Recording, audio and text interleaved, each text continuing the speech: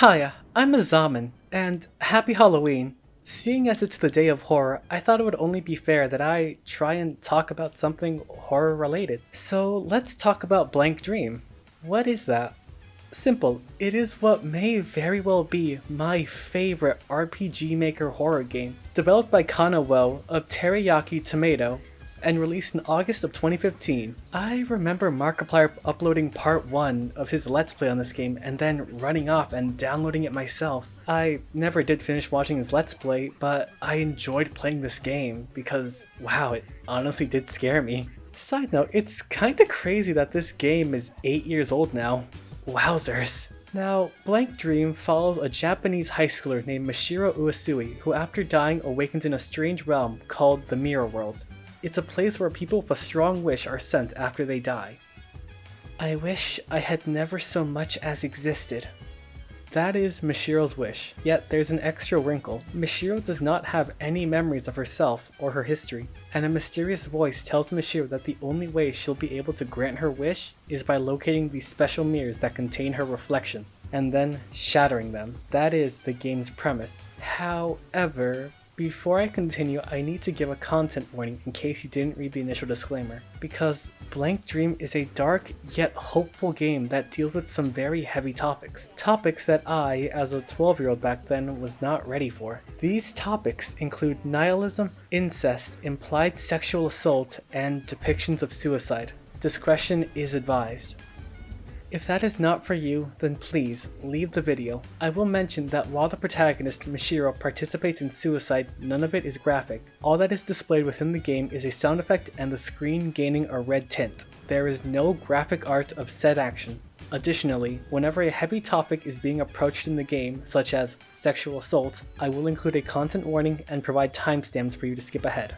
That out of the way, let me get back to my usual tone, and also proudly announce that the gameplay footage seen in this video was recorded by me. And because I am a coward, I needed some extra help in capturing the footage of this horror game. So my good buddy Dolly Rabbits very graciously agreed to join me in this endeavor. So you'll be hearing his voice in the recordings, aka double the fear and unease, woo. Now sit back and allow us to tell you the tale of Blank Dream, an RPG Maker masterpiece.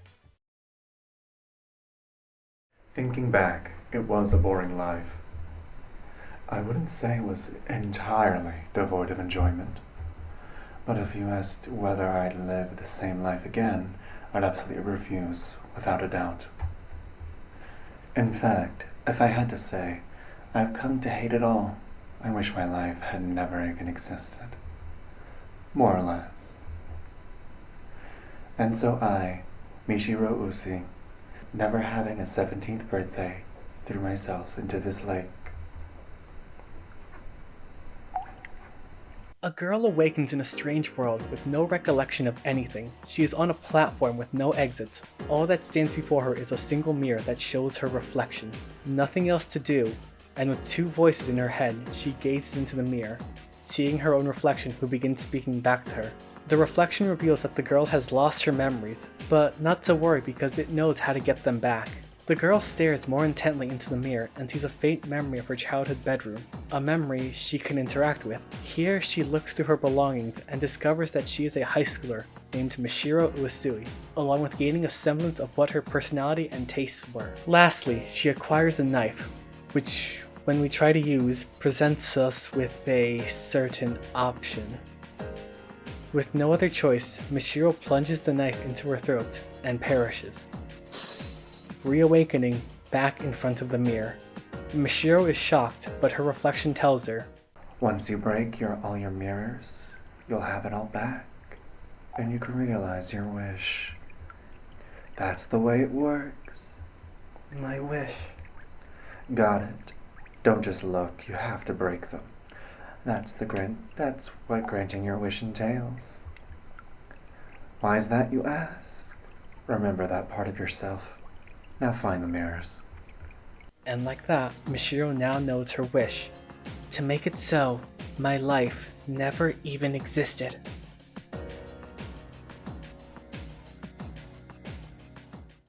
Just as Mashiro regained a piece of her memory, she felt as if she lost something important. But she doesn't know why that is her wish. However, that doesn't matter much to the reflection in the mirror. Instead, what it focuses on is granting the wish. To do this, Mashiro must venture through this strange world and break every mirror that contains her own reflection. To break them, Mashiro must gaze into them and find a way to kill herself in the memory. With that said, we no longer see or hear Mashiro's reflection. Turning around where she awoke, Mashiro finds a door and enters it, finding herself in the world's center, encountering another schoolgirl. Her name is Yuzu. She explains that this dimension is called the Mirror World. It's where souls with strong attachments or wishes gather. She also mentions that it's supposed to take a while before a person's name or wish is revealed to them, which is really weird because Mashiro just learned those things instantly. How odd. Introductions out of the way, Mashiro starts looking around, finding 6 doors, 5 of which are locked. The only unlocked one leads to a place called the Realm of Greenery, with an engraving on the wall that reads, "Let that meeting be a light of hope." Entering the door, we find a wall with several weapons hung up, and this is what happened during our playthrough. There we go. Ooh! We're doing hopeful first. Decorative axes on display. I think we might need to pick a weapon. The thing is, we're a dainty 16-year-old girl, so I don't know how we'll fare with a big axe. So probably the shield then? But I think the shield might be a false sense of hope. Like, what if we need to defend ourselves? I think maybe the sword is the best option because it looks like we can hold it. Oh, we can't take it. Oh, we can only take the axe. Oh, we have no choice here. Okay, yeah, let's take the axe. Yeah, we kinda overthink things a lot throughout this playthrough. Moving on, Mashiro takes a decorative axe and heads to the next room, finding a lot of greenery. No false advertising here. Then, using the decorative axe, Mashiro tricks a watchman and swipes a very real axe. And while Mashiro was trying to cut down the big tree with the axe, that failed, we made a startling discovery.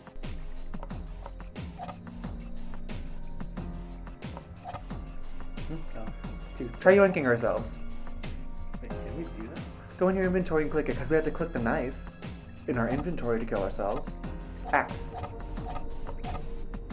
Oh my god, you can just do that at any point. Oh! Yeah, we can just do that whenever. Good to know, I guess. Let's head south. We walk down this very oddly shaped path and meet a bear. And grab a lantern at the end, which causes the fireplace to go out. So we have to navigate the path we came in from in the dark. And here we find out that both Dolly and I are scared quite easily by loud noises. I don't see it. There was a pathway here. No, where's that thing on the wall? That's blood, I think. Oh, that's blood. Ew. It changed. We should have explored the route so we know which way we're going. Oh my god. I hate this. I hate it here. Nothing harms Mashiro though, and we exit the room unharmed. But there was something behind us as we left the room. Creepy. We leave, save, chop a tree down, get firewood, which makes us assume we need to go back and relight the fireplace. Which is just wrong. We waste a couple more minutes before heading out and realize that we need to burn the big tree down. So we do that and head on through, finding a mirror. Mashiro gazes into it, recalling a memory from 6 months ago. Recalling the time she gazed into Mirror Lake, thinking about ending her life. However, before she could test a certain rumor, a boy called out to her, introducing himself as Ayato. And right off the bat, Ayato reveals himself to be a very straightforward and caring person. He called out to Mashiro because he thought she might throw herself into the lake, which is what happens later, but in this moment, she is stopped and chats with Ayato, who came here to paint. The scene ends, and we regain control of Mashiro within the memory, now to find a way to shatter the mirror. We can't make use of the knife we acquired because, well, this is the past, so we need to find an alternate way to end her life, which we do by having Mashiro throw herself into the lake, shattering the mirror. Oh my god. Mashiro came to, again standing before the mirror. Although she felt like water in her nose, her clothes were not even slightly wet. Yeah, I met Ayato at Mirror Lake that day. I'm starting to remember a little more about myself. Just as Mashiro regained a piece of her memory, she felt she had lost something important. That accomplished, Mashiro heads out of the room triumphantly. We'll do that instead. Let's talk to Yuzu on the way back, though. Oh yeah, we'll talk to her. Ah! Girl, what? So yeah, like most RPG Maker games, this one includes chase scenes. That there being the first of many which we can escape by leaving via the door we entered. That's true for the rest of the game, but yeesh, those musical stings are very effective. Mishiro leaves the realm of greenery and Yuzu calls out to Mishiro, telling her that someone else has entered the mirror realm, a salaryman named Ryotaro. Something about Mishiro seems familiar to him, but, well, no one in the mirror world has memories of their lives, so we'll just have to wait and see. It's also here where we find out that Yuzu has been trapped in the mirror world for a very long time. You died? So you died years ago? Probably. Long enough ago that I've gotten used to this place and having no memory. The only time I get any sort of memory back is the time I found my mirror. Ugh, why is everything so written so, backwards? The only time I've got any sort of memory back was the time I found a mirror with my reflection. Oh yeah, it's because it's translated. Yeah. And here, let me talk about something. The game's translation. So naturally this game was made by a Japanese developer and then translated into English. And for the most part the English translation is usable. But as you can tell by my friend Dolly's struggle to read here and his future struggles, a lot of text and dialogue ends up being very wordy. And overly formal in some cases. Now, this isn't a bad thing, but it does hinder my enjoyment somewhat. Not a major issue, but I felt I should point it out. Let's keep the story rolling.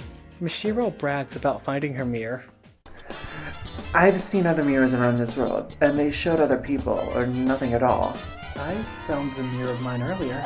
Huh? Seriously? Mishiro, you've been really proactive while I'm not looking. If you keep it up for finding more mirrors, could you try to look for our mirrors too? I don't think it's a coincidence that you seem to be different from other souls, Mishiro. Just while you're at it, if you have the time. And just like that, we now have a side quest. If Mishiro is able to find the mirrors of Yuzu or Ryotaro, then it alters the endgame. So please, keep that in mind. The conversation ends there, and Mishiro moves on to the realm of beauty, using the bronze key she acquired earlier, where this happens. Oh, this is some fallen angel shit. You saw the blood stain in the middle floor under the chandelier and you said, sounds like a good idea. I didn't see the chandelier. I didn't save either. You didn't save? Now I have to go through the entire thing again. Yeah, I promise it won't happen again. After some mashing of the spacebar because I didn't save, Mishiro returns to the realm of beauty and enters the first door on the right, finding a bear and this lever. She flips the lever, leaves the room, and heads north, finding a shadow painter. A very dedicated painter who says, "A rising wave of artistry stirs within me. My arm is a divine tool, creating life with brush and paint. It is my duty to paint life's beauty on the white surface. Someone, anyone will do. Bring me paint, the root of life." And that's the objective of this realm. This man needs 3 different colors of paint. To acquire blue paint, Mishiro goes to the top right room, solves a simple puzzle that requires not being greedy and cleaning up after her mess, rewarding her with a bottle.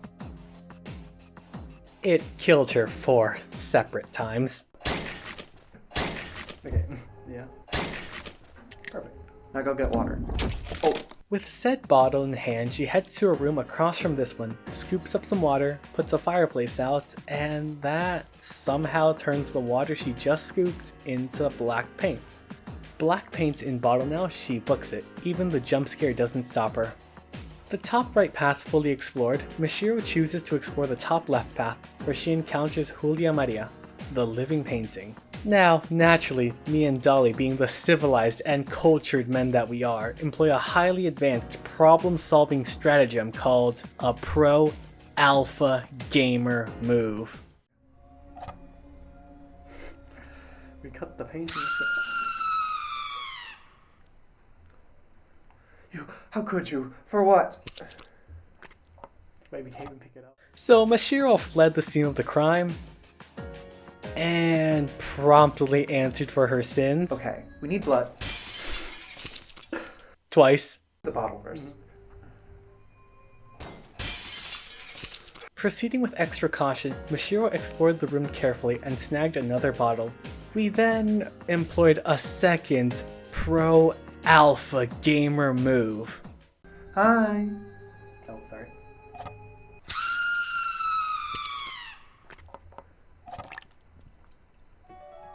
Red paint. Don't try to tell who you did this for that. The painting fell silent. I'm going. Go. Run, girl. Go. Girl, run. Don't stay.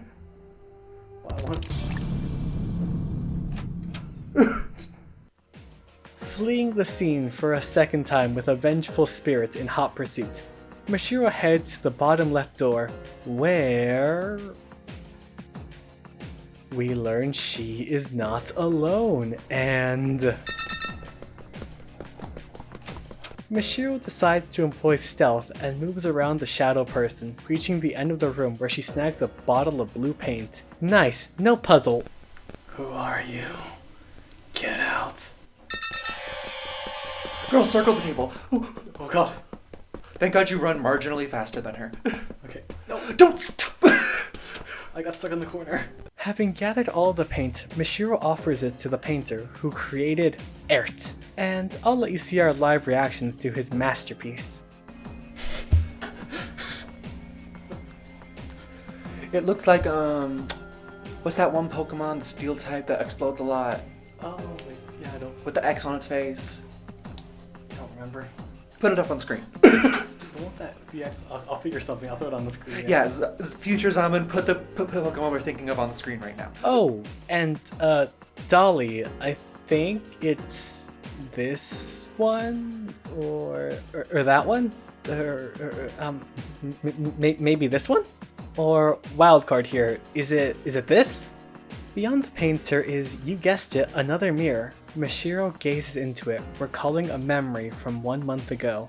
Apparently, at this point, she had put her suicidal thoughts away and had become friends with Ayato, even being allowed to come home with him to a secret atelier, which is just a shack he commandeered. Apparently he can't paint at home because it makes his mother angry.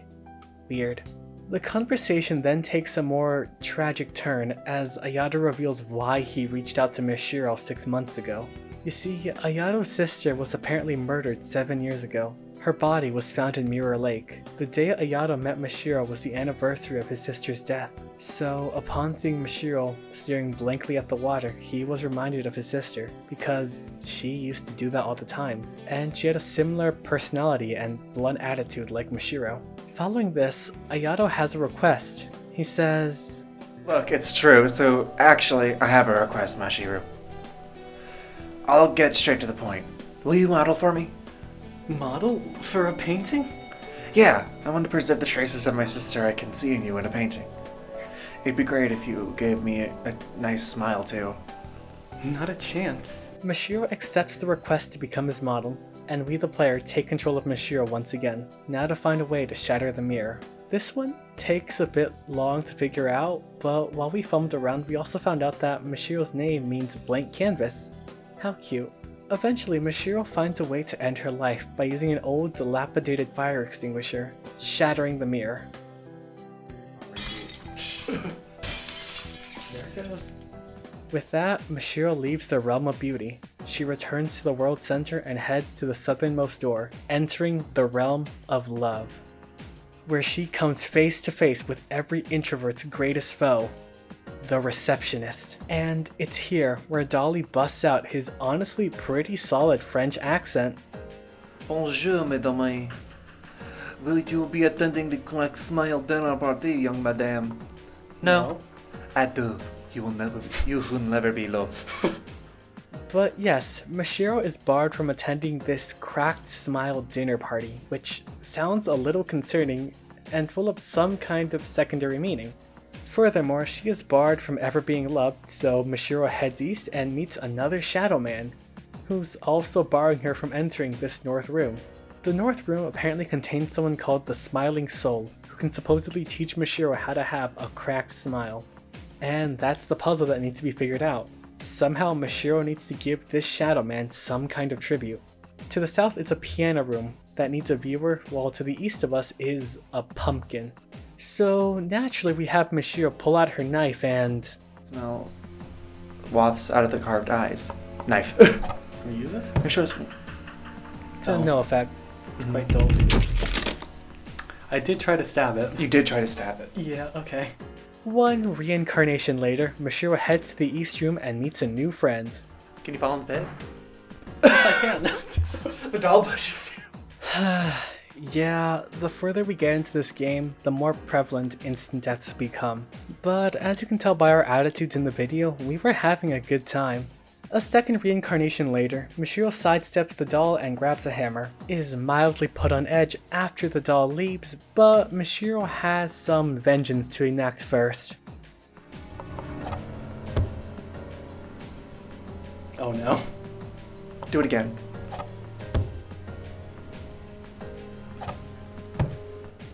We're just fucking up this pumpkin. No, okay. Okay, girl, run. Go! We didn't save. A third reincarnation later, Mishiro grabs the hammer and heads to the piano room where she now has a new friend. The doll has become the audience we needed. And Dolly and I make some wonderful music and realize that we have no idea what we're doing until he gets an idea. Mi, do, re, do. Mi, do, re, do, mi. With our new hit single professionally plagiarized, Mishiro successfully dazzles her audience and is rewarded with a loud thud. Going to investigate, she finds a crushed pumpkin. Good riddance. Mishiro loots his guts, pulling out loads of candy, heading back to the...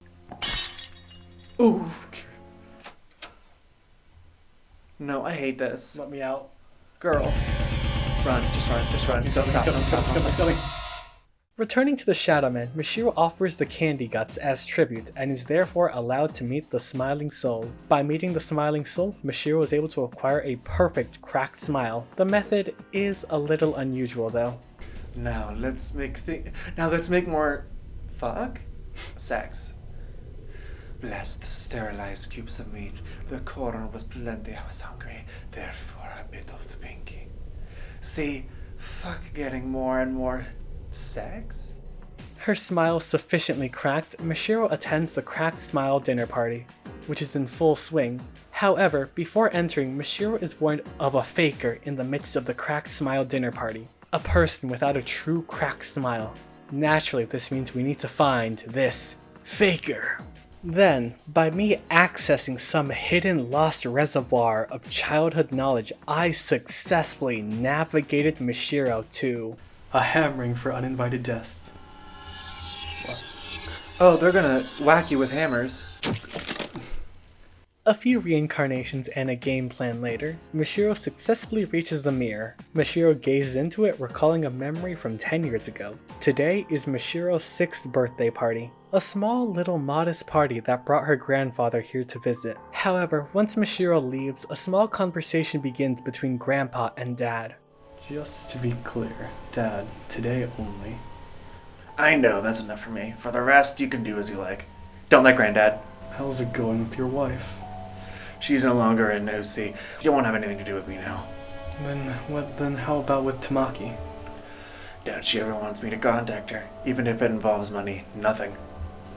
There's too much I want to say, but today's a happy day. Let's knock it off for her sake. As you please. That foreshadowing over, Mishiro washes her hands and sticks a pair of tweezers into an electrical socket, shattering the mirror. That's cool. Triumphantly, Mishiro heads out, discovering a silver key on the floor and... No. The doll. Fuck out of here! On the way back out, we also discovered the location of Ryotaro's first mirror, which is located down the staircase where the Cracked Smile Party faker was standing. That knowledge in hand, Mishiro goes out to find Ryotaro and inform him of the mirror. The two venture back to it, and Ryotaro gazes into the mirror, remembering a phone call he had 5 years ago. A phone call with his sister, where Ryotaro couldn't get over how adorable his little niece looked. And he pushes it a little too far and has really poor word choice. So, naturally, his sister informs him that the entire family thinks he's a lolicon. That ends the call, and Ryotaro looks away from the mirror, leaving it intact. An action which confuses Mishiro, who wonders why he won't break it. But Ryotaro explains that he's already dead. There's no reason for him to get angry or to try and destroy this memory. It happened, and he needs to move on. There's no further discussion. Ryotaro leaves for the World Center again, while Mishiro uses a new silver key she found to enter the realm of spirits. Literally, it's a haunted school. And can I just say, the sound design for this place is on point. Dolly and I were on the edge of our seats the whole time, and the game is... just look at it! I wouldn't call a screenshot of this game scary.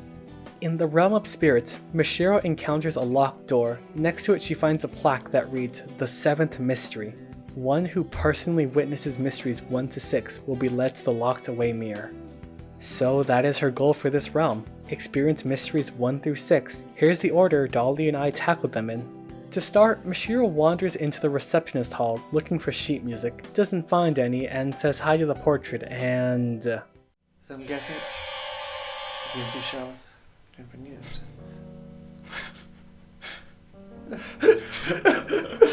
It's like, hey, could you kill me in another second? I gotta... Okay. A reincarnation, no sheet music, and a survival later, a second mystery is witnessed. The stress of that escape lingering, Mishiro goes out to vent her frustrations, finding an innocent statue which she brazenly slaps with her hammer, breaking the statue's arms, causing it to run away screaming. First mystery witnessed. With the statue's blood on her hand, Mishiro wanders into the bathroom and rinses them off. She then realizes that she needs to use the bathroom, so like a sane person, she uses the one furthest from the door, and politely knocks 3 times while also checking to see if anyone is inside, calling out Machiko, Machiko.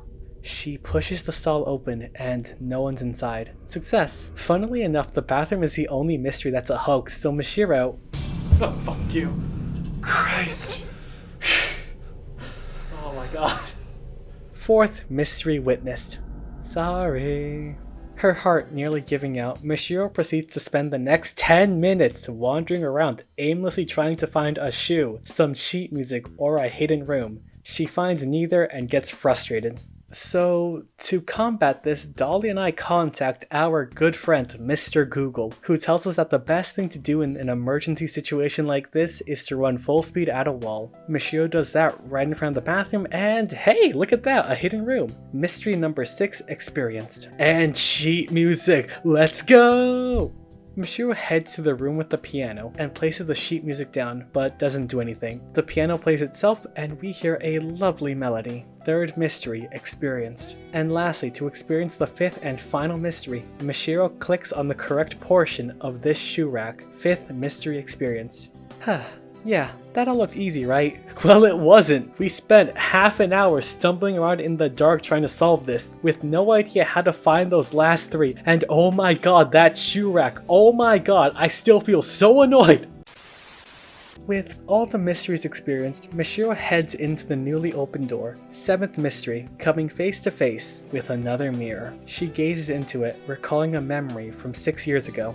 When Mishiro was in elementary school, she and her friends at the time were having a conversation about Mirror Lake, a supposedly haunted location where 2 bodies were found, one a year prior and the second a week ago, both from the same middle school, dead on the same day. All the little kids are excited to explore this mystery, so they head out, and we regain control of Mishiro, now to find a way to break the mirror. And since this classroom is on a higher floor, Mishiro... Bye! Shattering the mirror. With that, Mishiro, in a very big rush, bolts out of the realm of spirits and books it to the realm of blood. Why? Well, for this next realm, Dolly and I kinda speedran it because we were running out of time in the recording studio we booked for this video. Yeah, so this was the last thing we did in that first recording session. Mishiro enters the realm of blood, and for the most part, it's a pretty opulent and fancy manor hall. It's got food, gifts, a lovely bed, and multiple hidden passages. She is even referred to as the master of the realm of blood. She presses on further, and once she enters a new room, Mishiro realizes she can't leave the same way she came in, which is honestly some pretty nice storytelling, especially when it comes to the overall message of the game, and more predominantly relates to the mirror, which is honestly some pretty nice storytelling, especially when it comes to the overall message of the game, and more predominantly relates to the mirror that lies at the end. Something to note is that there were no obstacles this time. Mishiro reaches the mirror and gazes into it, despite the terrible, horrible, no good, and very bad feeling she has, recalling a memory from 2 years ago. Mishiro is in middle school, being bullied by several girls, and it plays out as such. Bullies. Hey, Usi, you're late. Because I had gym. I don't care. Just give us your homework. You did do it, didn't you? Can't get in the mood for the 3 math worksheets. Thanks, little Usi. 1,000 yen fee for every wrong answer. You're rich, so that's enough responsibility, eh? What am I doing? I'm living like a slave to the every whim of these pieces of garbage. You listening, Usi? Always spacing out. That's blank stares Usi, alright. Does the class even know you're a student? If you don't stand out, so nobody's gonna notice ya. I've been dealing with them for about 3 months. They're just letting out stress for the coming exams. They're not going to a decent high school anyway. That's the sort of thing I think about as I let it wash over me and endure. With the recent death of my grandpa, a famous artist, the Asui family has been in turmoil over his inheritance, so I can't talk to my parents or stop attending school. At home, I care for my family. At school, for these losers. Say, did you know I do? Contrary to the appearances, she really likes frilly outfits. Huh? Huh? For real? Totally like gothic Lolita and stuff. She's gone like that on her days off. That's something so cute, you see. You want to be a princess? Don't talk about people's tastes like that, you scumfuck. Well, it's about time, Lucy. Here, show us your cute little clothes, Lucy. Let us snap some pics. Don't rob me of the one thing free of stress. Don't get into my private life outside of school. You listening? Bring out your favorite clothes, Sunday or something. We'll have a little fashion show. What do you know, Uzi? You're always such a dim, awkward girl, but today you'll get a pretty, frilly princess. Almost so adorable for her age. Don't make me any more angry. Huh? You say something. What, Uzi? You got a complaint? Hey, shut your traps, guys. Uzi wants to say something. Hit off. Not good. I can tell my emotions are getting uncontrollable. If I stay silent, they'll get bored eventually. This isn't wise. So please, don't reach for my pocket. Don't grab what's in there. If I grab that, it'll turn the whole world upside down. What's that? Say it loud and clear, cutie patootie Uzi. Knock it off, you fuckers! Yes, in that moment, Monshiro Uzi took out a small hidden knife and swung it at the delinquent. It left a trail of red in the girl's hands, 6 centimeters long. Immediately after the incident, a teacher heard a scream and came running. It wasn't a severe wound, so it didn't affect my school record, such that I couldn't graduate, and the delinquents no longer approached me. In fact, no one in my class did, and when my parents heard of the incident, my mother especially lost it and berated me. She began using harsh discipline and control over me in the name of correction. That was this memory. Now, to just break the mirror. Left with a choice, Mishiro ultimately decides to pursue short-term self-gratification because... No, not yet. Not yet. There's still so much to do here. This may just be a vision of the past, but this is a reenactment, an illusion the mirror is creating. It's merely based on my memory. So, what reason is there to hold back? Before the blood and screaming brought me back to myself, but now is different. Now that my spirit has grown stronger from going around this world, I can kill them. I can leave no survivors. I'm convinced I can do it. I'll let my urges and hatred find an outlet. If only here in the mirror, I'll get retribution. If only here, I'll make these horrid harlots suffer. I think we really shouldn't have let them. I think we should have broken the mirror. I'm eating the baby! Stop it! That's terrible! No, you eat the baby! Oh, please, Izzy, don't kill me. No. Oh, she's just a pulp. Are you in your right mind? This is insane. Yeah, no. Stop, this isn't funny. No, I'm scared now. Please, let me live. Ah. Forgive me, I'm going to die.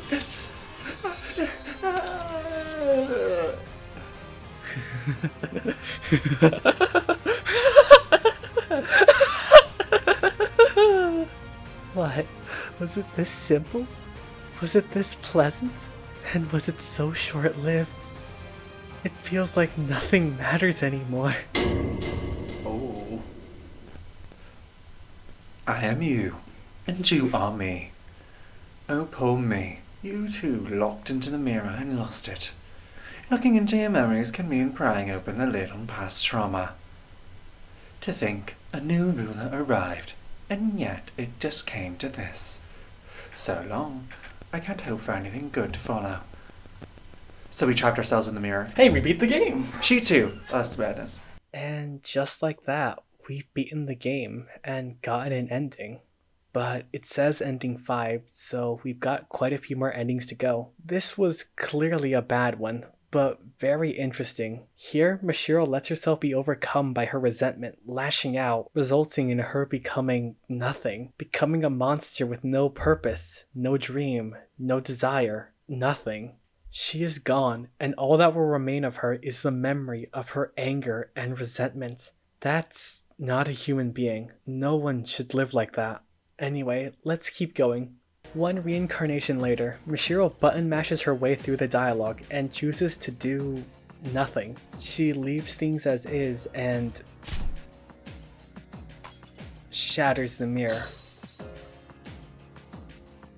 Yes, in the 3rd term of my 2nd year of middle school, I turned the knife on those delinquents. As a result, all of my efforts to calm my parents as they dealt with the inheritance went to waste. I set off a bomb, waiting to burst. My mother became hysterical and strict after that. She desperately tried to train me right, and so I lost the place I belong. Just as Masahiro regained a piece of her memory, she felt as if she lost something important. With that, Mashiro left the realm of blood and saved the game. From there, Mashiro decides to look for a Yuzu mirror, resulting in me making one of the greatest discoveries known to man. It's probably in here somewhere. Yeah, like see that over there? Wait, that's greenery. We gotta go to the greenery room. Yeah, wait, over there.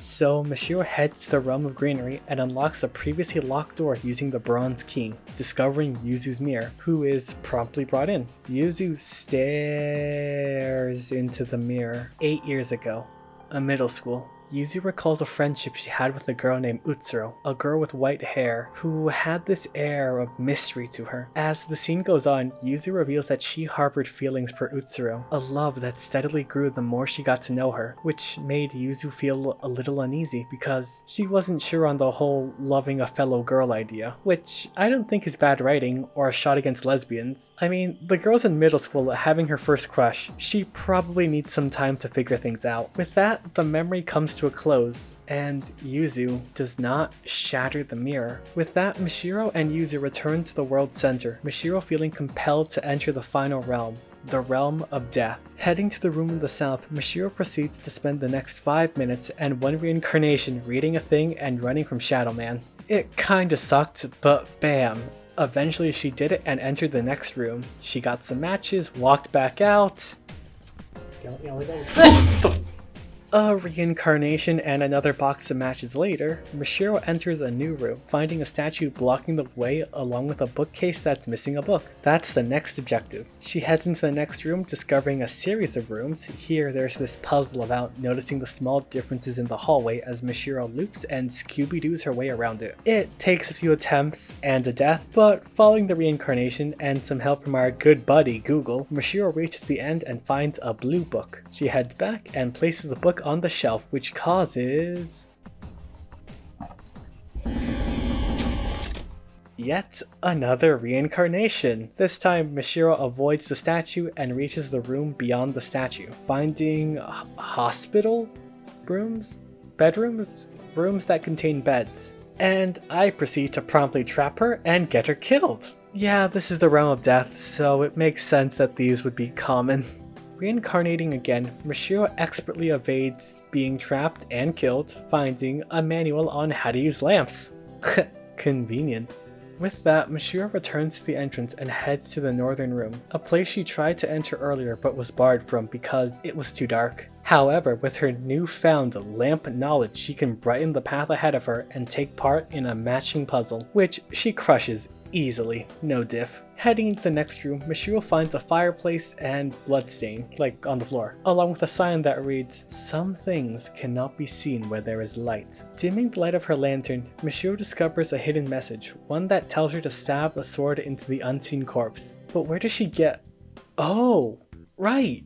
In the matching rooms, there were these swords displayed on each room, so she heads over and grabs one, plus another cause the rooms got a match. Dual-wielding swords, Mishiro plunges one of the blades into Jack Griffin, killing him again and opening a path within the fireplace. Looking inside, Mishiro discovers a ladder and heads down, reaching her final mirror. And like all the previous ones, she gazes into the mirror, recalling a memory from one day ago. You really don't have to see me off. It can't hurt to be safe at night, right? My house isn't too far from here either.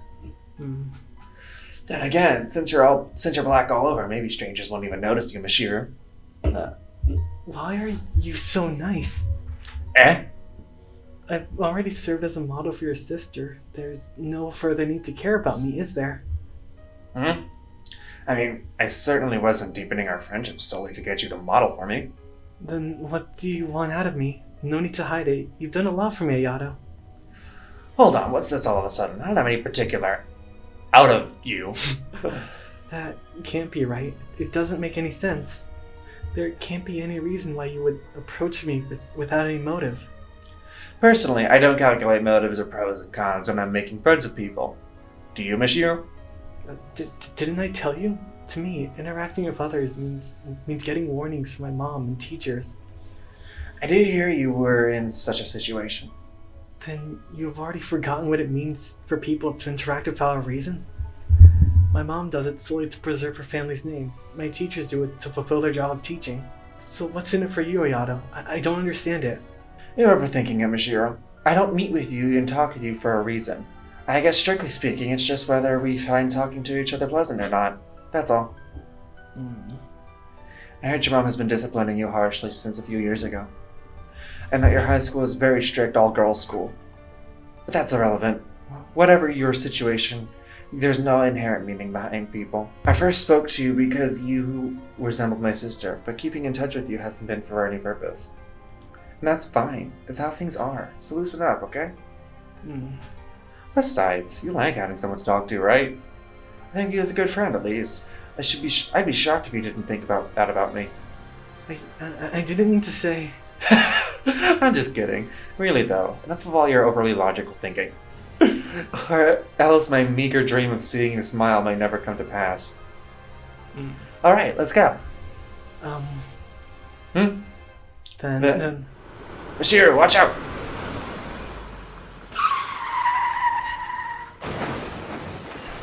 Stop it, that's enough! Shattering the mirror. From that moment, Mishiro fell to despair and threw herself into Mirror Lake the very next day. all of that, Mishiro remembered. Something I want to point out is that while Mishiro was in the mirror, she did not need to end her life in order to shatter the mirror. Instead, the mirror broke once Ayato died, which I believe means that from that moment onwards, Mishiro was already dead. She lost the will to live right at that very moment.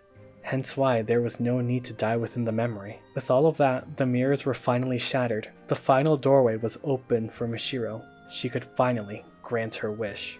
Crossing into the final area, alone, Mishiro was met by Ayato, his soul at least. Then, the mirror world itself began to speak to Mishiro like it had at the very start, telling Mishiro of its history, explaining how this world was created by another girl who in the past had been thrown into Mirror Lake with the sole wish of having never wanted to exist. Yet, apparently, that girl was unable to fulfill her wish and was lost to madness, but the mirror world persisted, drawing in the souls of any who died in the vicinity of Mirror Lake. Several years then passed, and Mishiro threw herself into Mirror Lake while having the same wish as its original creator, the wish to never exist. And because of that, Mishiro was made into the ruler of the mirror world. The place now existed to fulfill her wish. However, not every entity within the mirror world was happy with the new management, which is why she was killed numerous times. And apparently at some point, the original creator of the mirror world had tried getting in Mishiro's way. That shadow man we've seen that shadow girl we've seen all game. Then the mirror world explained what Mishiro had been doing by shattering the mirrors. She had been destroying every fragment of her existence with each mirror, which means that Mishiro's wish should already be granted then. Right? Well... But it's not over just yet. This boy's soul is absolutely necessary for the total erasure of your life. Because he's simply too significant to you. Without eradicating his soul, your life can't be nullified. So, it is none other than you who unconsciously bound his soul to this world, such that you could kill him by your own hand. You're telling me I have to kill Ayato? What's the problem? You may feel guilty for a second, but after that, you'll never have existed. Mashiro, you're still suffering, huh? If you kill me, you'll be free from your pain, but after my death, your conflict will end. It's your world. You can make the choice. These... Oh, they're the same. They're the same. We don't have an option. I'll kill Ayato. It's more I'll fun. kill him! There's no choice to make. I threw myself in to put an end to it all. And yet I wound up in this world, learning all those unnecessary things, led astray. I'm just tired. Enough of this. I've worked hard enough, so just grant my wish already. The moment the knife in Mishiro's hand pierced Ayato, Mishiro lost consciousness. We had no time to feel satisfaction nor regret from what she'd done. Mishiro Use eternally vanished from existence. Not just silence, not just stillness, but void. There, Mishiro Use was peaceful, free from everything, eternally sleeping in a cradle of nothingness. And her dream was surely a hollow white. Ending 4, fulfilled. Her wish was granted. She was surely happy. So, that was ending 4 of Blank Dream, which isn't a complete downer, I don't think. Mishiro got what she wanted, even if it was nothing. Although, the downside here is that Mishiro had to do it at the cost of both Yuzu and Ryotaro, because they are both still probably trapped in the mirror world. As you can probably tell, there is so much more to this game. Like, what's the deal with Yuzu and Ryotaro, the original creator? What did Mishiro lose that was so important? Let's find out. There's apparently 3 more endings, right? Returning to the World Center, Dolly and I do some theory crafting and quickly realize that Yuzu and Ryotaro must have other mirrors that we have yet to find. And we remember that there was this silver door inside the Realm of Love that we couldn't access when we originally entered. So we hightail it there, open the door, solve another repeating hallway puzzle, and uncover Yuzu's second mirror. Then Mishiro has to walk back out, pick up Yuzu, do the puzzle again, and now Yuzu can stare into the mirror, recalling a memory from 7 years ago at Mirror Lake with Utsuro. The pair are overlooking a sunset together, Yuzu being her normally bubbly self while Utsuro waxes somewhat poetically. Sunset is the witching hour. The moment's beauty comes from it being when the sun dies. Even though we see the sun for 12 hours a day, we always forget its beauty. I'm 12. The conversation then takes a dark turn as Utsuro discusses how her name means hollow, and she hates it, because it feels like the name is denying her own existence. Yuzu isn't sure how to react to this and can't come up with a response, allowing Utsuro to continue as she says, You know, Yuzu, I'm a person who shouldn't exist in this world. Huh? What's this now? Just the fact I'm alive is a mistake. My existence is a cluster of sin. With that, the memory ends. Yuzu reflects a little on her memories of Utsuro and hands Mashiro a mysterious key she found earlier. Yuzu then heads back to the world center while Mashiro starts the hunt for Ryotaro's second mirror, tracking it down to the realm of blood through the use of teddy bears. Because if you've been watching the footage, then you've probably noticed that there are quite a few teddy bears around the various realms. Yeah, those are actually hints of one of Yuzu or Ryotaro's mirrors. It's a hint that they're nearby. It's kinda neat. Anyway, following the teddy bear and entering this room south of the bed, then heading north, Mashiro finds a staircase and uncovers Ryotaro's second mirror. He gets dragged down here by Mashiro, allowing him to gaze into the mirror, recalling a memory from a year ago at a company building.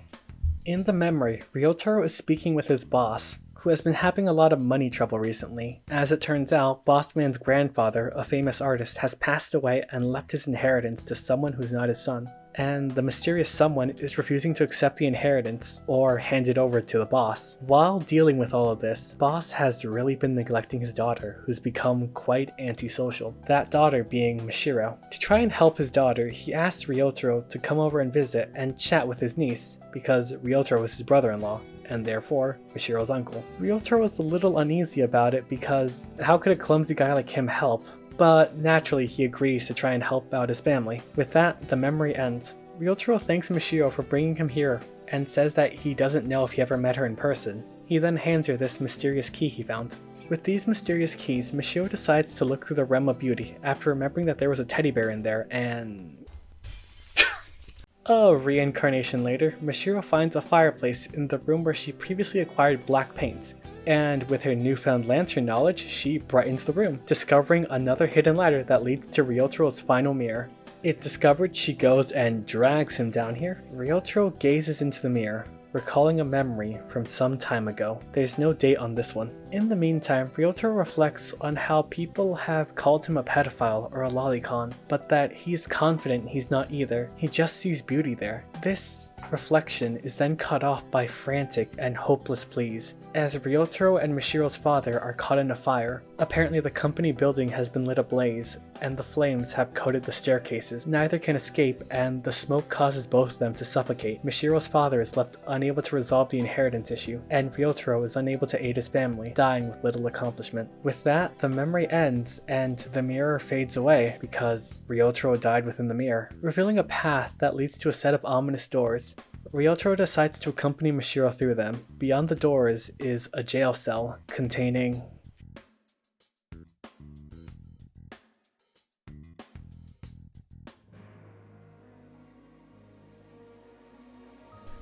Is that Grandpa? You're Rinzo. Once there was a painter. He was known as the mad genius, Rinzo Usi. Rinzo's art was highly esteemed and sold for high prices. He had status and wealth. Grandpa, what are you talking about? And why are you here? Wait, look closely. I don't think you can hear us. Soon, Rinzo married a woman. They had a son named Shinji. Rinzo preached the beauty of art to his wife and child, but they showed no interest in it. Rinzo's wife did not see his art, only the prices attached. Shinji, too, was taught practicality. So it was only natural that Rinzo formed a relationship with a servant showing true interest in art. Huh? When Shinji turned 8, Rinzo and the servant had an illegitimate child. Her name was Tamaki. We've heard that name before. We have. Don't remember who though. Rinzo kept Tamaki hidden from his wife and Shinji, managing 2 families. But between Shinji, who cared not at all for art, and Tamaki, who adored it like her mother, Rinzo's affection went towards Tamaki. That came the end shortly after Shinji went to college. Tamaki's existence came to light. Rinzo offered his wife consolation as asked and divorced her. Shinji, already grown, kept the name Usi, a wise choice. He knew how to make a living. Some time passed after that, when Tamaki, who Rinzo adored as a daughter, was an intern student, turned 18. Rinzo made the biggest mistake of his life. He adored his Tamaki so much, he had a child with her. He seemingly birthed and raised the child, but who knows the details? Rinzu was unable to hear at it. Near 20 years passed since that incident, then Rinzu died of illness. Nothing unusual. Age comes to all. Shinji was the eldest son of the Usami family, set to inherit his fortune. And thinking of it as a final atonement, Rinzu passed on a living will to give all of it to Tamaki. Good, I'm glad she refused it. Then, The inheritance. so the boss was disputing with Tamaki over it. That man's soul is here now. That man's soul is now bound here. Unlike the other souls, the world is forcing him to be here. Only the creator of this world knows why, but it seems the dead fellow has business with me. But, very well, to face my sin eternally is an appropriate afterlife for me.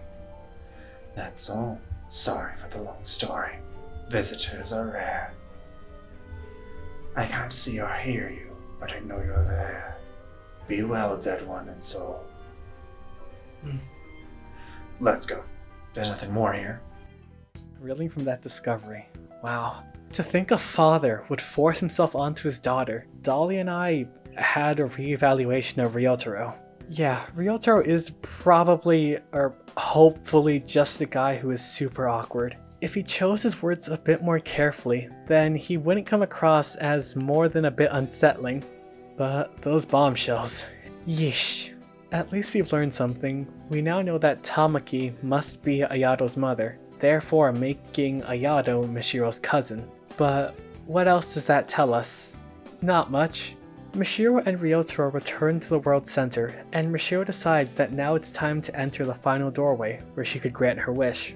However, before she enters, Mishiro is stopped by Ryotaro, who would like to explain some things. He tells Mishiro that he is her uncle, the brother of her mother. He recaps that he and Mishiro's father died in a fire a year before Mishiro threw herself into Mirror Lake. For the year where he was dead, Ryotaro unconsciously haunted Mishiro, because when he died, his wish was to be able to speak with Mishiro just once and have the chance to help her. And because he was haunting her, when Mishiro fell into Mirror Lake, Ryotaro's soul was drawn into the mirror world along with her. However, now that Ryotaro has gotten a chance to speak with Mishiro...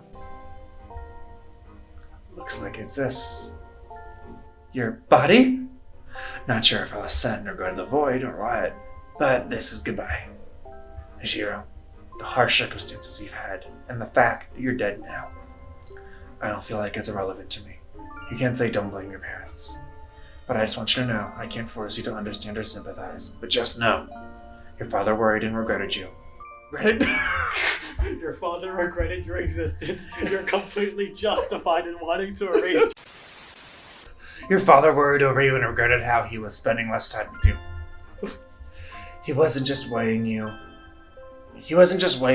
and the inheritance on a scale. Your mother was working with your father to obtain proof that Usi fortune belonged to him. Maybe she failed to control her strength properly. Maybe she wasn't calm. But she had no ill will, I'm sure. I'm sure after the boss and I died, she endured the sorrow of losing a husband, a brother, and fought for her family. Your father and mother might have been clumsy, but they weren't cold-blooded. I just wanted you to know that. And it's probably too late to say now, huh? Oh, right. One last thing while I'm being late. There are many people who value you. There are people who be sad about your death. It may be a bit warped, admittedly, but I am one of them. The world's not that much of a disappointment, you see. So, I've done my best to encourage you. Ryotaro left. He has left the party. If you're telling me that, then where should my wish to erase my existence go? With that, Ryotaro ascends to the afterlife, and Mishiro proceeds through the final doorway, this time with Yuzu following behind her. Ayato greets her, and the mirror world begins to explain its creation once again, only with occasional interruptions from Yuzu. Then Mishiro is commanded by the mirror world to end the existence of Ayato's soul in order to grant her wish. However, with Ryotaro's encouragement still fresh on her mind, Mishiro begins to reflect, deciding, can I make it so all of that never happened? I can't. I can't. I can't do it. I can't do it anymore. Dad's secret distress, Mom's painful effort, even Ryotaro's unusual concern for me. I can't just make it all gone. That's not my wish anymore. Are you really sure about that? Whatever you think, whatever you know, it won't actually change the harsh reality. You're still giving up your wish. I am. I see. I, the Mirror, accept abandoning the wish. Its reason for being ends here. Huh? This world can vanish when the ruler's wish is granted, or they abandon it with clear intent. It won't be left up in the air like it had been. So, will everyone here vanish? Except for you, Mishiro. Huh? To get straight to the point, you're not dead yet. Huh? Your soul has left your body, of course, but your body isn't actually dead. You drowned yourself, but as it happens, a passerby found you. They called it in right away, and through unconsciousness, you were saved. It was a failed attempt. Huh. Mishiro, when your soul leaves here, it'll be forced back into your body. But what you're done in this world won't be written off. The mirrors you erased by breaking the mirrors won't come back to you when you return to life. You didn't actually carry out your wish, so the actual past isn't gone, but your memories of it are. Maybe you'll remember talking with me a bit, but things like meeting me at the lake. Are you still prepared to leave this place? You live in the real world you've given up on living in once before? I'll live. Because I'm not dead yet. For protecting me and what this world's given me. I want to give it another try. I see. That's a relief then. I'm not scared of vanishing without granting my wish. Because my wish coming true would just free me from this world. But now all the souls will be freed, right? That's a happy ending for me. I feel sure about that. Mishiro, leave incense or something at my grave. Think of it like saying hi. Okay, I'll be sure to find your grave. Sheesh, 7 years and it ends like this. As long as the ruler's satisfied, I suppose. Will the one who created this world go to heaven too? Not sure about heaven or hell, but they'll be free from this world to go wherever they go. That's good. I say, ruler, but you're more of a usurper, technically. I'm a little scared about how much I'll forget, but I won't lose my time in this world, and I won't ever wish to erase the events to come. It's time to go.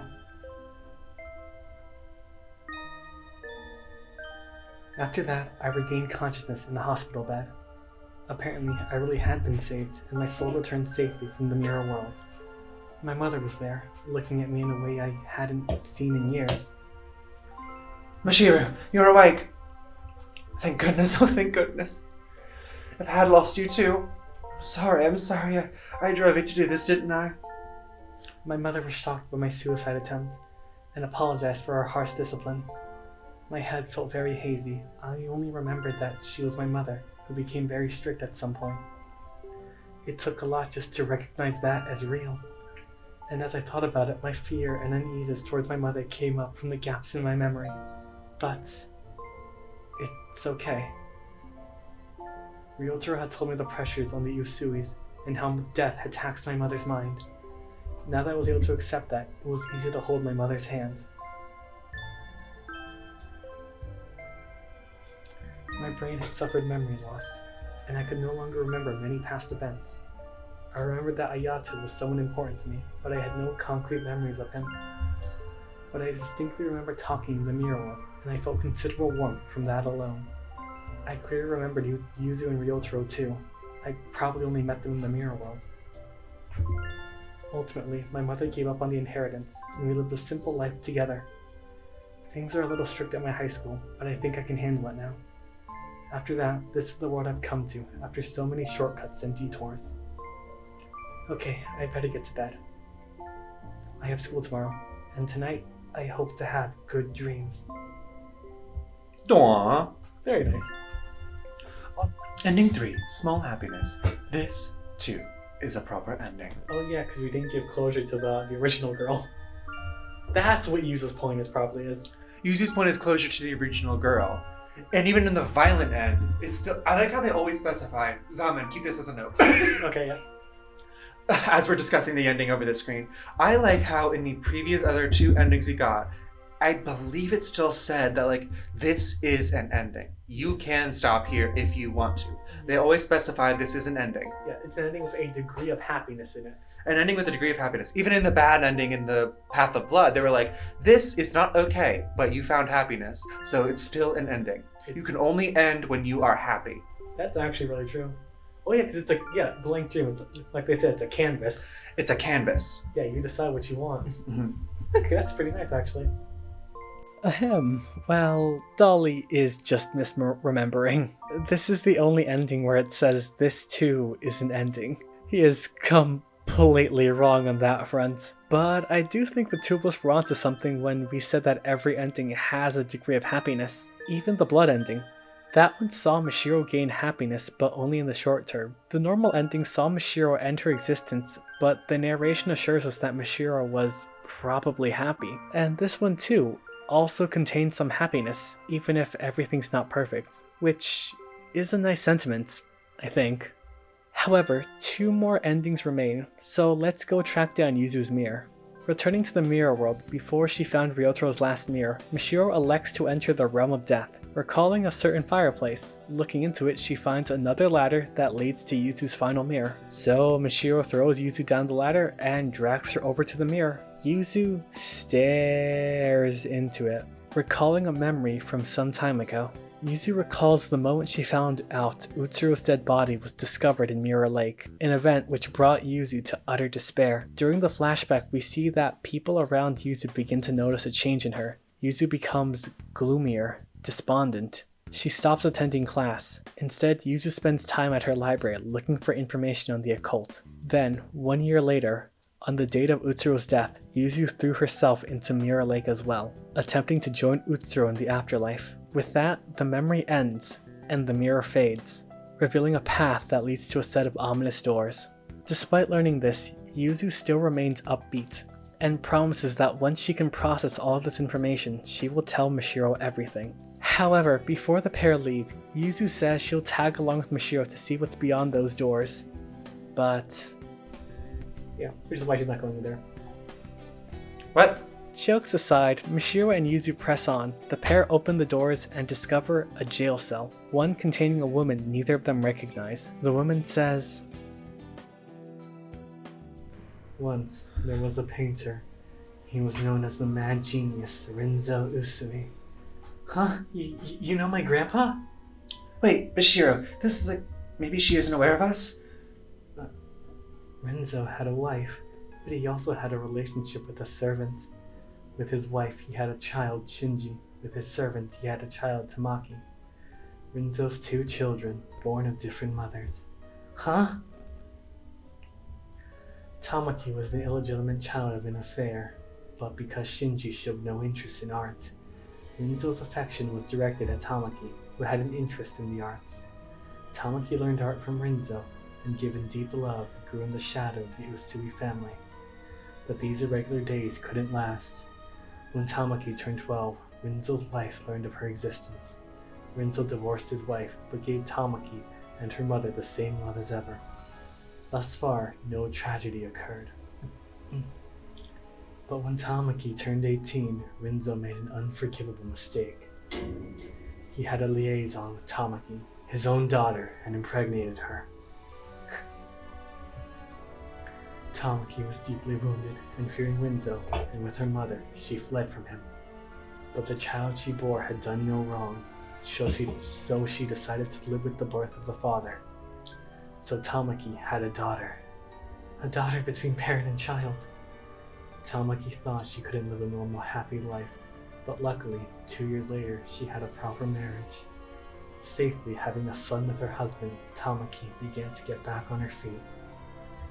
However, she never fully did. The mental wounds Tamaki had suffered went even deeper than she imagined. When her now grown daughter, Rinzo, began doing art at school, Tamaki's old wound ached.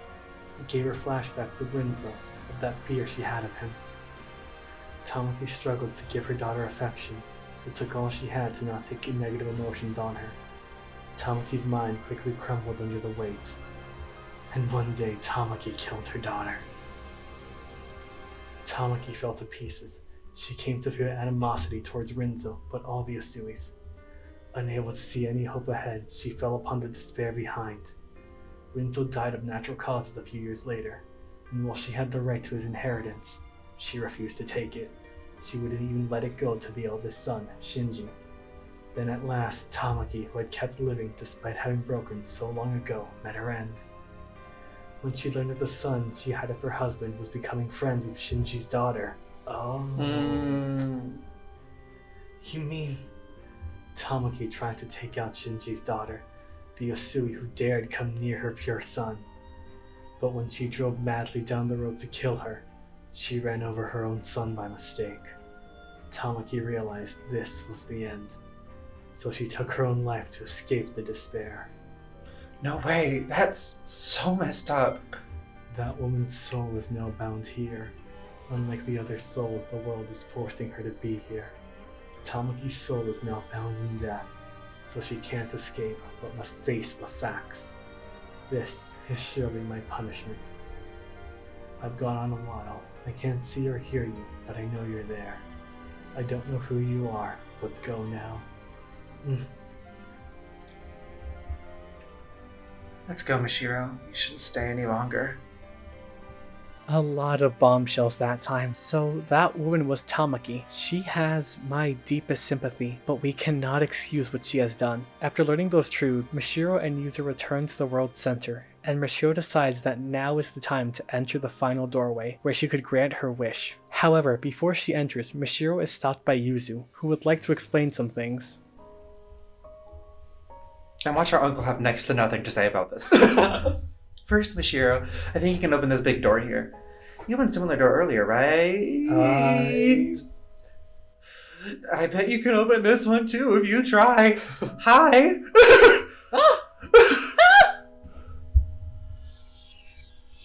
Who is this? Get out! Stop! Don't meddle anymore! Give back my world! Watch out! Yuzu, why? Yuzu. This works just fine. You listen to this too. I'm Yuzu Hanasaki, a middle schooler who committed suicide at 15 at Mirror Lake. The reason I killed myself, to put it blankly, to meet a girl I loved. Someone had killed her at Mirror Lake. It made me extremely sad. So I read all these books on black magic and killed myself to go to the afterlife. To die at the exact same place, exactly a year later, it said that would work. Is that wound okay? Don't worry about me. It doesn't really matter now. Huh? I think it's a different afterlife than what the book meant, but ultimately I came to this world. But it seems there was something to be gained here. That girl, she always said, something shouldn't have existed. I found it weird and wondered why it was. But I found out now. She was between a girl and her own father. She was born between a girl and her own father. Between Tamaki Hanagura and Renzu Uzi. Her very birth was taboo. It wasn't right. Isn't that right, Utsuru? Yuzu. Leave this world. Can she not talk like she wants to? She doesn't need to, I know. Because I've always known Utsuru. Thank you, Mishiro. Because of you, I could get back my memories and my wish. And I learned about Utsuru's birth and death. My wish was to meet Utsuru one more time. It's come true. Finally.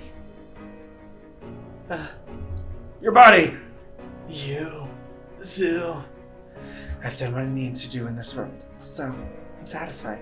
Having met Utsuro once again, Yuzu's wish is granted, and she ascends to the proper afterlife. And, like always, Yuzu remains cheery and upbeat, so glad that despite the state of Utsuro right now, she can still recognize her. Yuzu then expresses her sympathy for Utsuro, telling her that while she herself could never fully understand Utsuro or her wish, she knows that Utsuro was a complicated person who truly mattered. Meanwhile, Utsuro has difficulty processing all of this and runs away, leaving Ryotaro and Mishiro alone. With no other options and no way to pursue Utsuro, Mishiro proceeds through the final doorway, this time with Ryotaro following behind her. Ayato greets her, and the mirror world begins to explain its creation once more, only with an occasional interruption from Ryotaro. Then, Mishiro is commanded by the mirror world to end the existence of Ayato's soul in order to grant her wish. However, with Yuzu's story still fresh in her mind, Mishiro begins to reflect. She says, "If Utsuro's life had never existed, what would become of Yuzu's feelings? Desperately turning to black magic, killing herself, and wandering this world for years. All to finally realize her wish to meet her again. What would become of that? I have the same wish as Utsuro, and I won't grant my wish. I won't. I can't do it. I can't do it anymore. For every mirror I broke, I'll vanish from the lives of the people I know. And I'll also vanish from Ayato's world. But then, what did Ayato die for? What did Tamaki step on the accelerator for? If it were just me, then fine, but to control the feelings of people around me, I have no rights. That's not my wish anymore." Are you really sure about that? Whatever you think, whatever you know, it won't actually change anything. Are you still giving up your wish? I am. I see. I, the Mirror World, accept abandoning your wish. Its reason for being ends here. Huh? This world can vanish when the ruler's wish is granted, or when they abandon it with clear intent. It won't be left up in the air like it had been. So will everyone here vanish? Except for you, Mishiro. To get straight to the point, you're not dead yet. We go through this? Yeah. Huh? Your soul hasn't left your body, and of course your body isn't dead. You drowned yourself, and as it happens, a passerby found you. They called it in right away, and though still unconscious, you were saved. It was a failed attempt. Mishiro, your soul has already been here. It'll be forced back into your body. But what you've done in this world won't be written off. The memories of race breaking mirrors won't come back when you return to life. You didn't actually carry out your wish, so the actual past isn't gone, but your memories of it are. Maybe you'll remember talking with me for a bit, but things like meeting me at the lake. Are you still prepared to leave this place? Can you live in a world you've given up on living in once before? I'll live, because I'm not dead yet. I don't want to just throw away the life you protected, Ayato. And by discarding the wish I inherited from Utsuro, I think it'll honor Yuzu's feelings. I see. That's a relief then. I absolutely can't understand my sister's wish, but you've made your choice for her. It might sound sort of trite, but I want you to live my sister's share. I want you to prove that giving up that wish was the right thing to do. I'll try my best. Don't worry about me. I want my life to have never existed. Whatever reason for it, it's not a happy wish. And you realized it. That's a big deal. I mean it. You got back on your feet instead of falling to darkness. Somehow it, makes me happier than anything. Now, I'm gonna retire ahead of you. Gotta see what things are like in heaven. I'm sure you'll go there, Ryotaro. Sheesh, 7 years, and it ended like this. As long as the ruler's satisfied, I suppose. Will Utsuro go to heaven too? Not sure about heaven or hell, but she'll be free from this world to go where she goes. That's good. I say ruler, but you're more of a usurper, technically. I'm a little scared about how much I'll forget, but I won't lose my time in this world, and I won't ever wish to erase the events to come. It's time to go. Deuces! After that, I regained consciousness in a hospital bed. Apparently, I really had been saved, and my soul returned safely from the mirror world. There was a woman I didn't know beside me. Mishiro, you're awake! Who are you? My brain had suffered memory loss, and I could no longer remember many past events. I couldn't remember my supposed mother at all. All I had left was a faint unease towards her, as well as the desperate expression made by the woman I woke up beside when she heard that. I remembered Ayato was someone important to me, but I had no concrete memories of him. But I distinctly remember talking in the mirror world, and I felt considerable warmth from that alone. I remembered Yuzu and Ryotaro too. I've only met them in the mirror world. Mashiro Utsi, is it? Hello, I'm Seiji Hanahara. A few days later, I left the hospital. A man came to visit me. His last name sounded familiar. Could you be Ayato's? Yes, thank you for getting along with Ayato. Seichi Hinohara was Ayato's father, which meant he was the one who married Tamaki, and he was the father who Utsuru grew up with. Don't worry too much about your mother. When the woman calling herself my mother learned I had no memory of her, she vanished. I lacked any real sense of her being my mother, so it meant relatively little to me. It'd be a long story, but I had a wife and 2 children. And now none of them are left. They've all passed away. And you're alone again, also. Do you know where you're gonna live now? No, paying tuition seems impossible, so I think I'll have to drop out and work. You see. Mashiro, would you let me adopt you? Huh? We're both tired souls who have lost everything. You got along with Ayato, so we're not total strangers. And you remind me of my daughter a bit, but maybe that's just wishful thinking. Won't you give it some thought? And so I began a new life as Mashiro Hinohara, and taking new steps in the same house where Ayato and Utsuru once lived. It was a strange kind of chance, but Seichi is a very gentle person. He's taking up art again and has been teaching me between studies. Dreaming of seeing the world Ayato did, catching up to the days I've lost. Once more, I had let my brush run free. And, I think Dolly and I here had a nice little retrospective on the ending, so here, give it a listen. Come on, prove me right. God, that one's really sad. That one's really sad and also kind of sweet. It's really sad. The mom just leaves. The mom just is like, oh my god, I've traumatized you so much, or you don't even remember my name. You don't recognize me. That's worse. It's possible the mother was just like, you know what, maybe it's for the best, because like if I've legitimately ruined your life so much, Yeah. and you've gotten the chance to forget me. Yeah, well, she didn't. She just remembers that she has fear towards the mom. That's the thing too. Imagine you have a child, and you recognize after a horrific, tragic incident that you were probably the reason that happened, and they lost all memories of you except that they're scared of you. That is horrible. Oh my god. That would be a horrible thing to say and feel, but also you'd sit there and be like, we could have that thought of, this is their one chance to be rid of me. Mm-hmm. So I'm guessing that's what the mother was thinking in that moment. Like, Yeah. this is my one, I fucked up so bad. And now this is my daughter's one chance to move on and not remember me at all. Mm-hmm. So I'm gonna take that chance to let her live a better life that I physically cannot give her. Because if all she remembers me is that she's scared of me, there's no way for her to remember me being a good person in the early years either. Yeah. Probably the right choice. Probably could help with tuition though. Probably could have given. Should have disappearing though, that was a choice. Yeah. You could have just, I don't know, helped fund her medical bills. Swipe the card and leave. Pretty much, yeah. Oh well. Ending 2, Mobius Strip. Someday, history might repeat. Now, this ending is really sad, but it has a glimmer of hope at the end, which is so kind, but there is a level of darkness to this ending.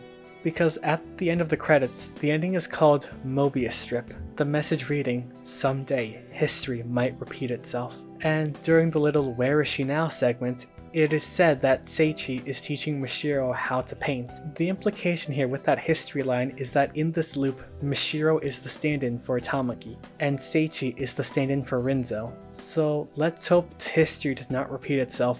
Mashiro deserves nice things. And let us move on to the final ending. Returning to the world center, Mishiro arrives back before she completed Yuzu's last mirror.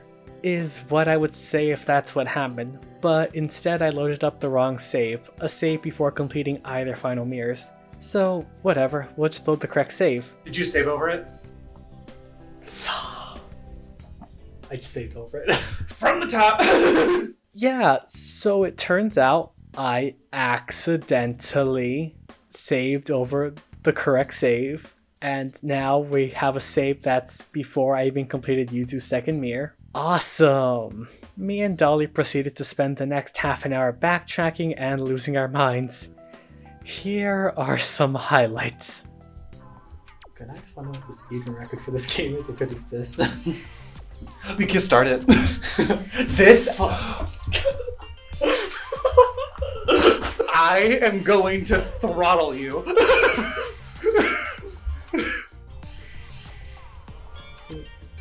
Come with me. Come with me. I found this dirty dark alley you can follow me behind. Come on, girl lover. Well, you can't recognize a giant bloody stain print under a chandelier. I want to hear the noise. I say as I'm walking into traffic, I want to hear the cars honk. I want to.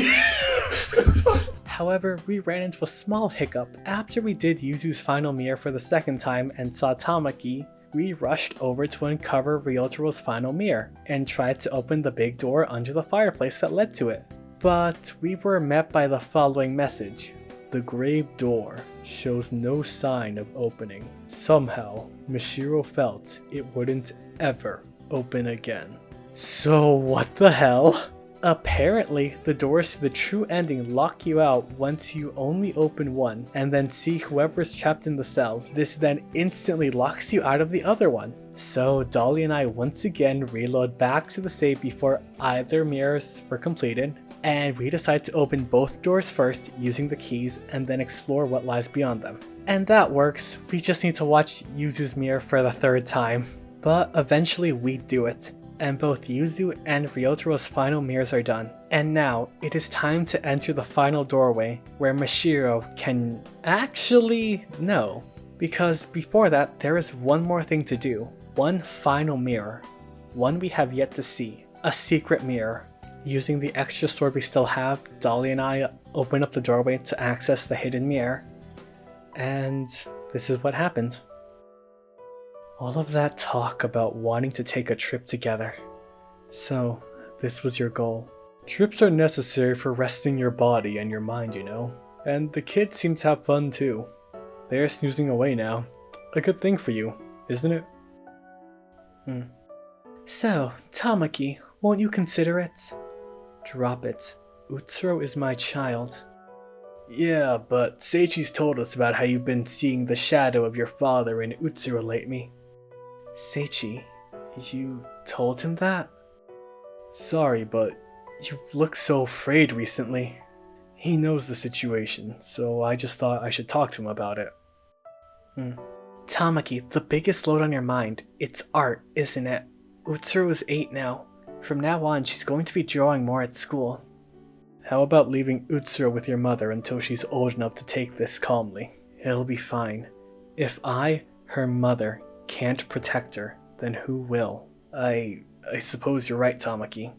But it feels like you'll collapse at this rate. What'll happen to Ayato then? Nobody's perfect. You don't need to carry everything alone, especially considering your burdens are much heavier than most. But still, I want to hold out. I don't want to break up this family of 4. Tamaki, Shinji, Chika. I'll support Tamaki as much as I can. Let me try just a little longer. Seichi. If the two of you insist, then I won't stop you. But keep in mind, Tamaki, you've already put in plenty of toil, so at least stop before it does you in. Right. And thus, the memory fades. Now, what the hell just happened there?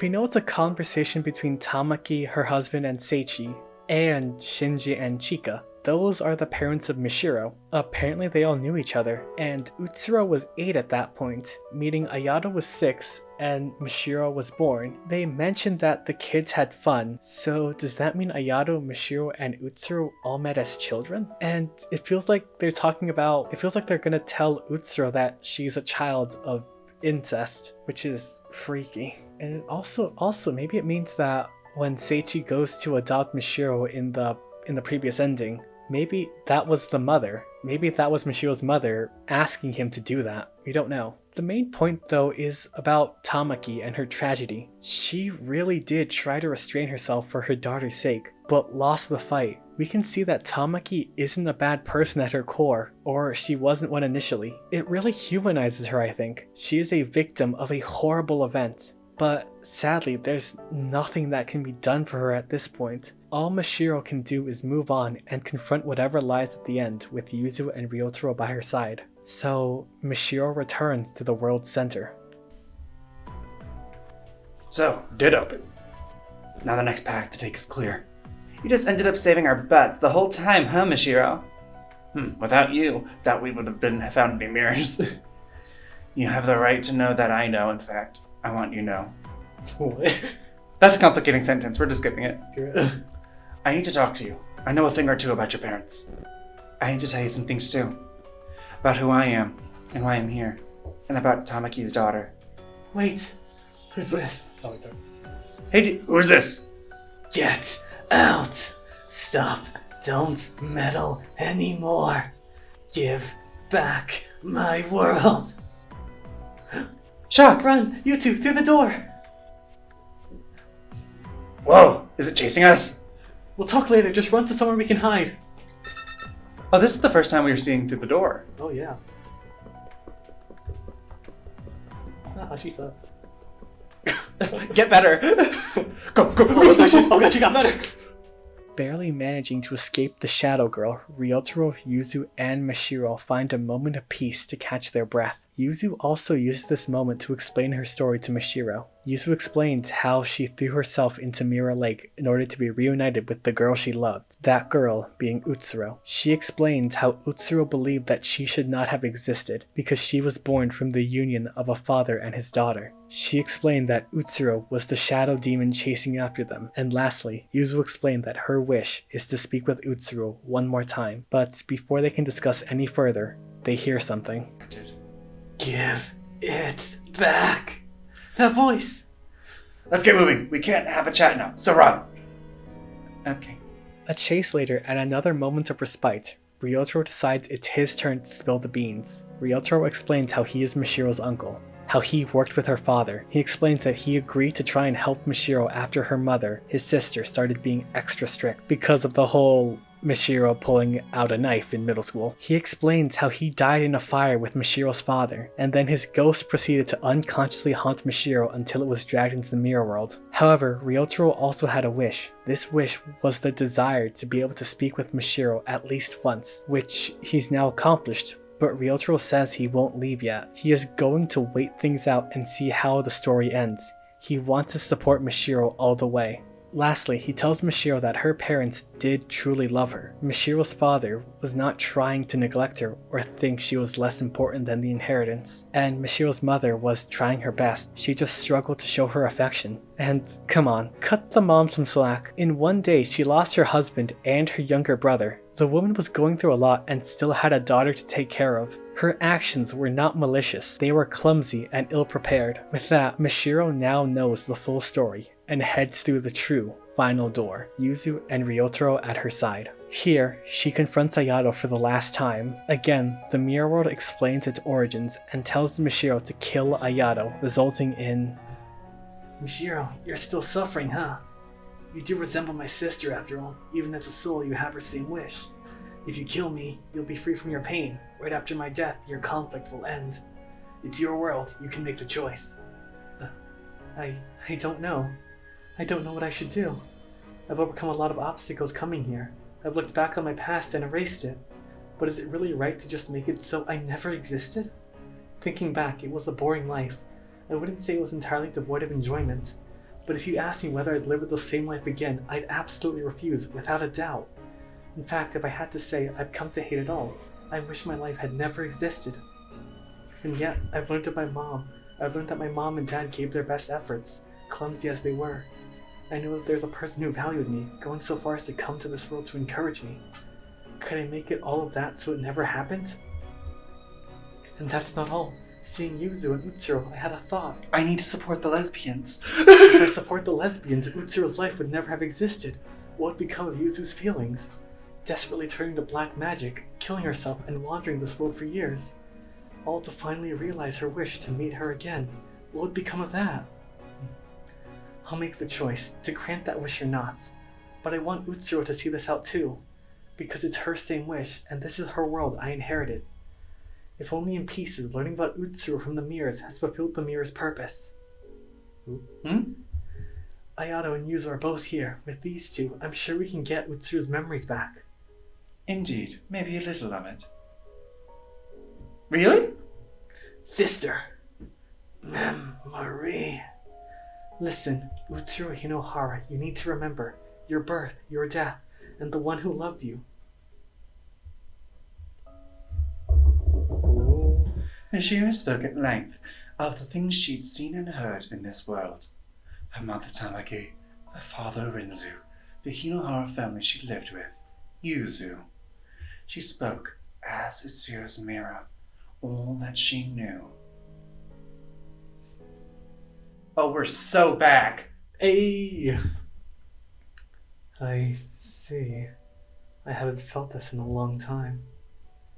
Utsuro! Yuzu, you fool. I told you to forget about me if I died. Well, I couldn't. Is it you, sister? It is, Ayato. So even you ended up here.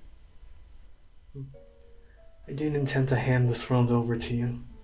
I was even thinking of killing you to forcibly take back control. Even more so now that I've remembered my wish.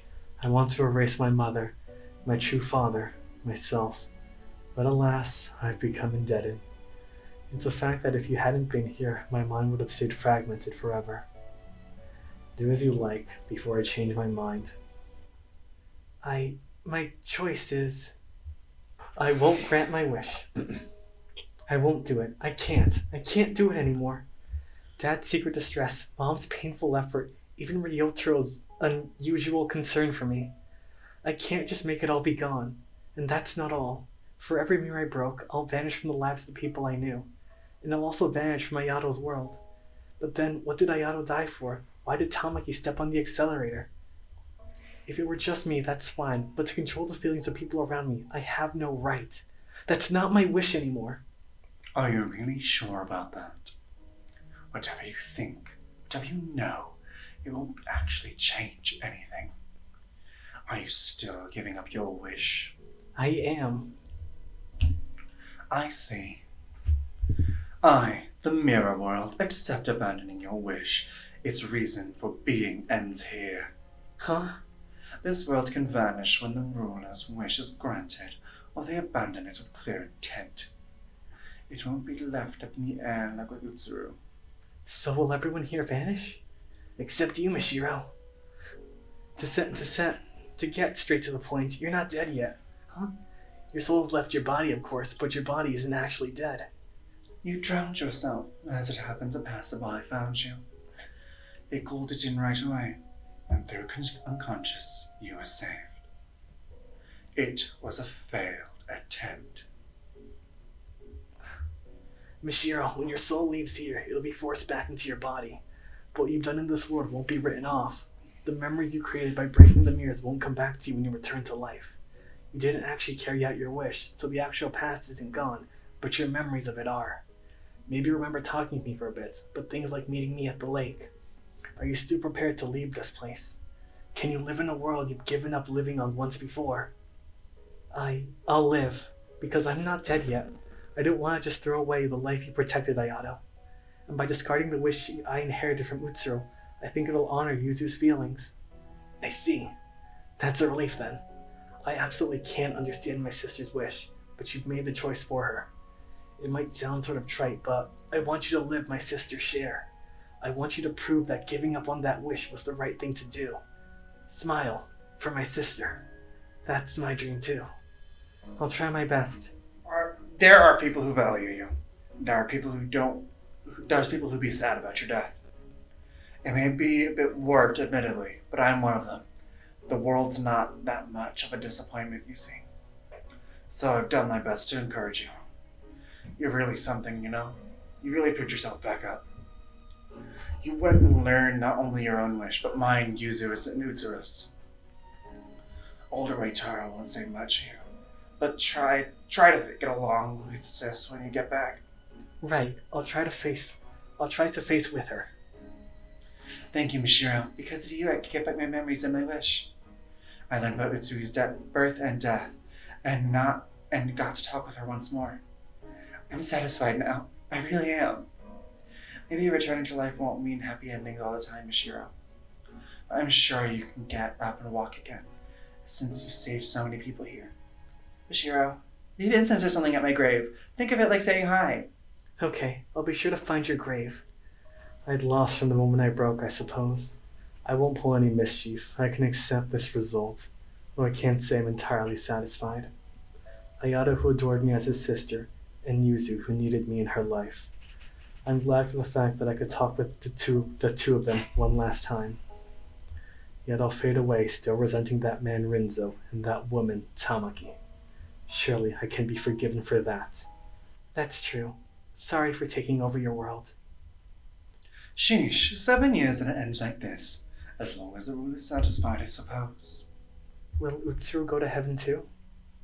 Not sure about heaven or hell, but she'll be free from this world to go where she goes. That's good. I savor your ruler, but you're more of a usurper, technically. Mishiro, once you get back and settle things down, you should visit my atelier. Atelier. What my other voice said. It's not complete, of course, but I want you to see the painting you modeled for someday. Okay, I'm looking forward to it. I'm a little scared about how much I'll forget, but I won't lose my time in this world, and I won't ever wish to erase the events to come. It's time to go. After that, I regained consciousness in the hospital bed. Apparently, I really had been saved. My soul returned safely from the mirror world.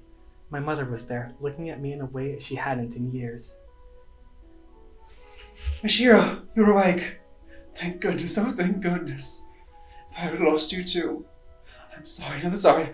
I drove you to this, didn't I?